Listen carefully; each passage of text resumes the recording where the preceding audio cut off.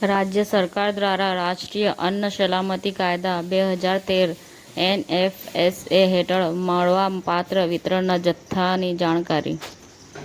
26/11 મુંબઈ આતંકવાદી હુમલાનો કેસ. તહવ્વુર રાણાએ ખાનગી વકીલની માંગણી કરી. પટિયાલા હાઉસ કોર્ટે 7 ઓગસ્ટે નિર્ણય લેશે. આરોગ્ય મંત્રી શ્રી ઋષિકેશ પટેલે જણાવ્યું કે ગુજરાતમાં રાજ્ય બહારથી આવતી ડુપ્લિકેટ અને નકલી દવાઓ માટેની સઘન ચકાસણી અર્થે રાજ્ય સરકાર SOP તૈયાર કરશે. ઉત્તરકાશીમાં વાદળ ફાટવાથી ઇમારતો અને હોટલો તણાઈ. ITBP અને NDRFની ટીમો દ્વારા બચાવ કામગીરી પૂરજોશમાં ચાલુ છે. ગંભીર માર્ગ અકસ્માતો સર્જાય ત્યારે ગોલ્ડન અવર્સમાં ઇજાગ્રસ્તોને રેસ્ક્યુ કરી તેમના જીવ બચાવશે ગુજરાત પોલીસનું અભિરક્ષક વ્હીકલ. ગુજરાતને યુરિયા ખાતરનું 80,000 ટન વધારાના જથ્થાની ફાળવણી.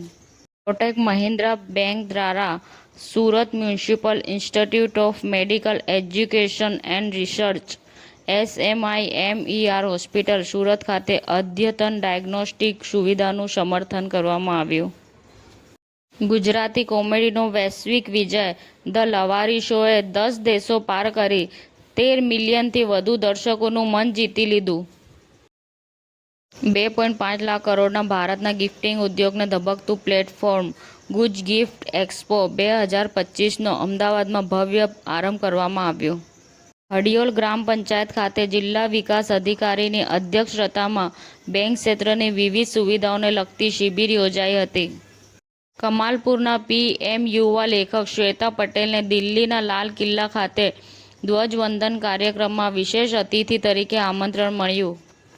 સમાચાર ટુડે ન્યૂઝ ચેનલની ટીમ અને જે સત્ય છે તે જ બતાવશે. આપ જોતા રહો સમાચાર ટુડે ન્યૂઝ ચેનલ.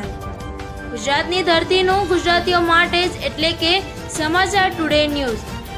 અમારી સમાચાર ટુડે ન્યૂઝ ચેનલને લાઇક કરો, શેર કરો અને સબસ્ક્રાઇબ કરો અને જોડાયા રહો સમાચાર ટુડે ન્યૂઝ ચેનલ સાથે.